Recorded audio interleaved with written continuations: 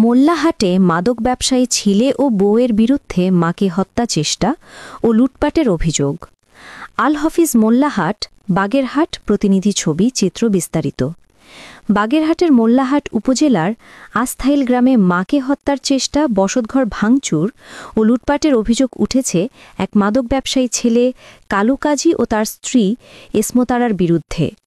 ওই ঘটনায় ভুক্তভোগী মা আপেচান, ৭০ বছর, এবং তার ২ মেয়ে এখন চরম নিরাপত্তাহীনতায় ভুগছেন। ভুক্তভোগী আবেজান জানান, তার ছেলে ও পুত্রবধূ দীর্ঘদিন ধরে মাদক ব্যবসার সঙ্গে জড়িত। মা হিসেবে তিনি এই অনৈতিক কাজের প্রতিবাদ করায় তারা ক্ষিপ্ত হয়ে ওঠে। গত ১০ অক্টোবর ভোরে ফজরের আজানের পর তারা জানালা ও দরজা কেটে ঘরে প্রবেশ করে আলমারি ও ট্রাঙ্ক ভেঙে মূল্যবান জিনিসপত্র লুট করে এবং তাকে হত্যার চেষ্টা চালায়। তিনি আরও জানান, পুত্রবধূ আমাকে মারধর ও টানা হ্যাচড়া করে, আমি প্রাণে বেঁচে আছি ভাগ্যক্রমে। এই ঘটনায় আবেজানের মেয়ে ঝর্ণা বেগম বাদী হয়ে মোল্লাহাট থানায় একটি সাধারণ ডায়েরি করেছেন।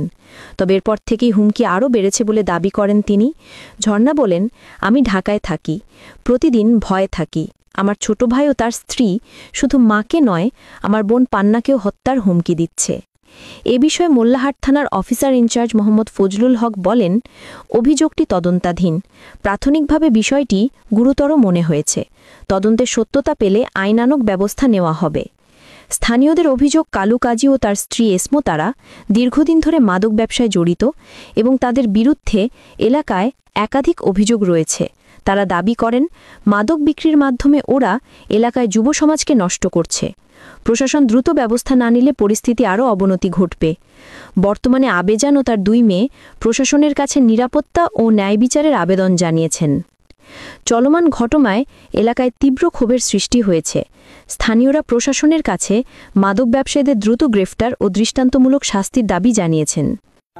আমার ছেলে কালু আর পুতির বউ এসমতারা কথায় কথায় মাতি যায় আমার গাজার আছে, আর ওই বউও তার সাথে বেশি সাংঘাতিক বেজার, যা মহি আসে তাই করে বিশ্রী কথাবার্তা করে। ছেলে আমার কাছে থাকে, তিনটারে আমি পালি, আগে খাওয়াই আমি। হ্যাঁ, ঘর কাটে ফেলাইছে। ওই যে আমার মাল সামানাও নিয়ে গেছে, মেলা আলি পাথর ছিল নিয়ে গেছে। গেছিলাম থানায়, কোনো বিচার আমরা পাইনি। আমার নাম কাজী।